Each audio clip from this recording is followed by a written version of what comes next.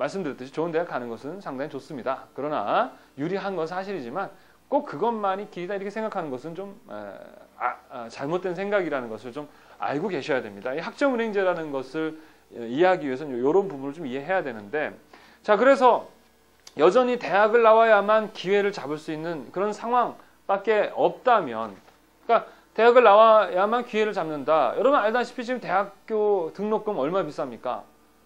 뭐 입학금부터 등록금까지 졸업할 때까지 많게는 뭐 1억씩 든다. 보통 한 5천만 원, 4천만 원, 적어도 한 3천만 원 이상 듭니다.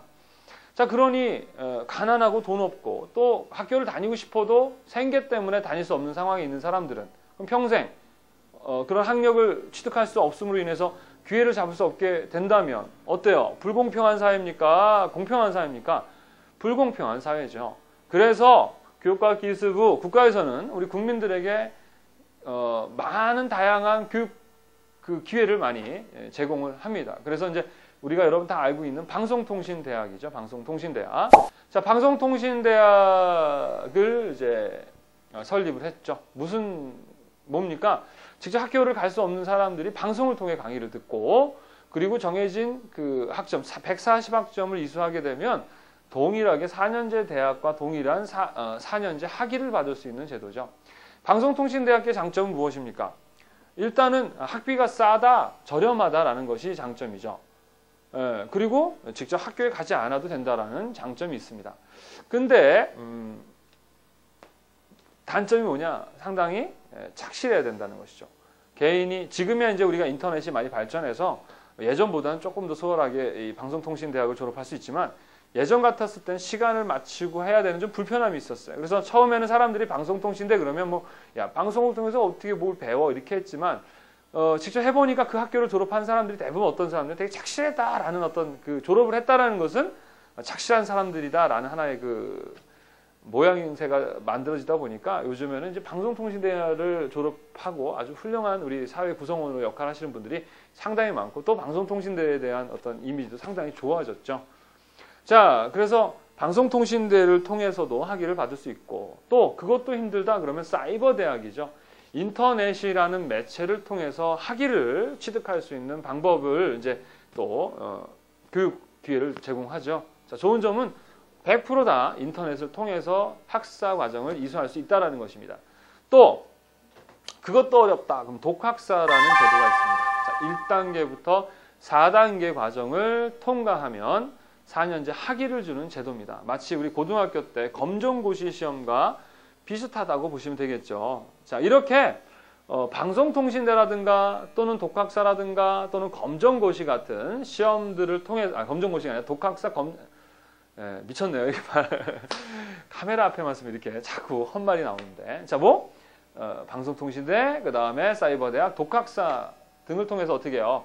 학위를 취득할 수가 있습니다. 물론 4년제 대학을 정규 과정을 통해서도 학위를 받을 수가 있습니다. 그래서 이런 과정들 외에 우리가 이제 알고 있는 바로 학점은행제라는 제도가 이제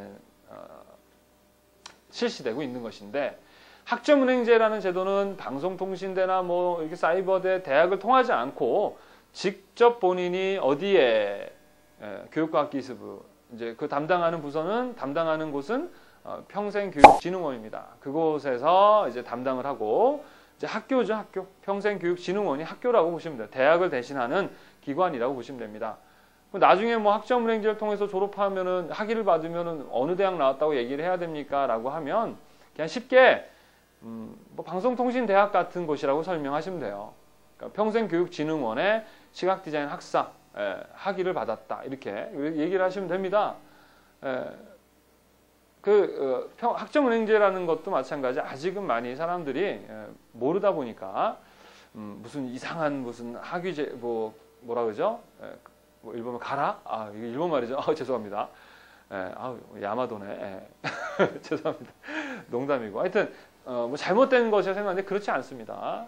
정규 학사 학위를 취득할 수 있는 과정이고 또 교육부에서 운영하는 정규 과정이라는 것을 꼭 이해하고 계시면 되겠습니다. 자, 그래서 학점은행제를 통해서 학위를 취득하는 것과 4년제 대학에서 학위를 취득하는 것, 그러면 그 두 학위 자체는 어느 게 더 좋은 학위냐? 대학이 더 좋을까요? 학점은행제가 더 좋을까요? 똑같습니다. 예, 학위는 뭐라고 했습니까?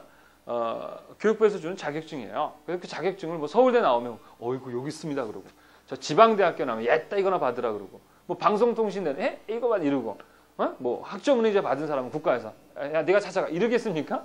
아니죠. 학위는 차이가 없어요.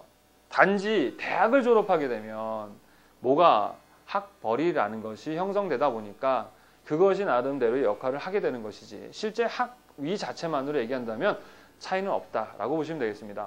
그래서 우리 학생들 중에는 이 어설프게 그냥 대학을 간 친구들 중에는 이러지도 못하고 저러지도 못해서 방황하는 친구들이 좀 꽤 있는데, 만약에 어설프게 대학을 다니고 있다 한다면 과감하게 학점은행제를 통해서 학위 받는 것도 나쁘지 않다, 이렇게 이해를 하실 필요가 있습니다.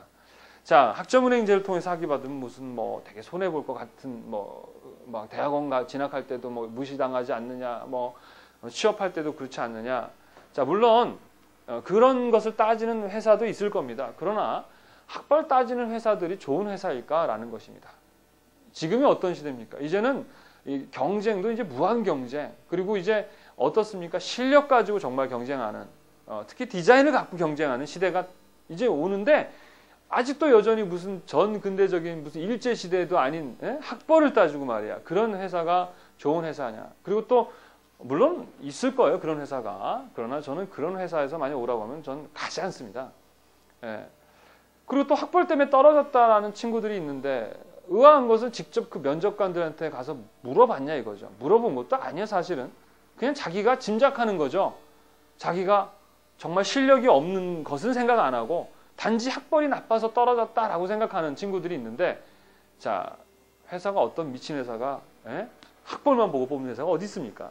그리고 성형수술을 해야 된다라는 그런 분도 계세요. 물론 이쁘면 급친절한 건 사실이지만, 어떤 정말 미치고 돈 회사가 이쁘다고 해서 그것만 가지고 뽑냐 이겁니다. 그건 아니죠.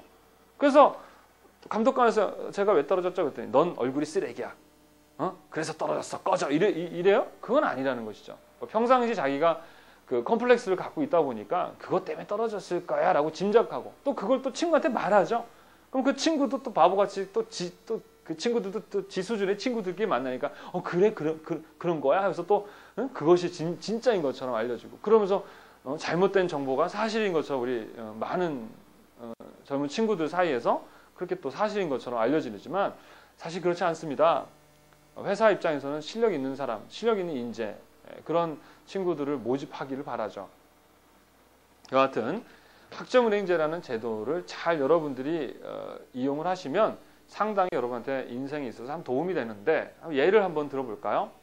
자, 여러분들 요즘에는 뭐 명문대라기보다는 서울에 있는 대학만 가도 어느 정도 뭐 명문 학교다, 이렇게 뭐 좋은 데를 나왔다, 이렇게 얘기할 정도로 요즘에는 서울에 있는 학교 가기가 이렇게 쉽지 않은가 보더라. 그래서 또 서울에 있는 학교 가기 위해서 또 엄청 또 사교육비에 또 엄청 많은 공부들을 하고 있죠, 그죠?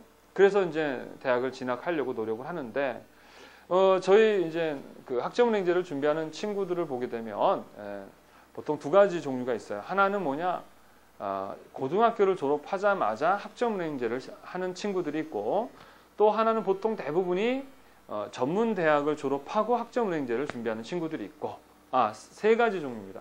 하나는 뭐냐, 학교를 다니다가 중퇴하고 학점은행제를 하시는 분들이 있습니다. 이렇게 세 가지 부류의 그 학점은행제를 준비하시는 분들이 있고, 세 가지마다 다 성공 사례들이 있습니다.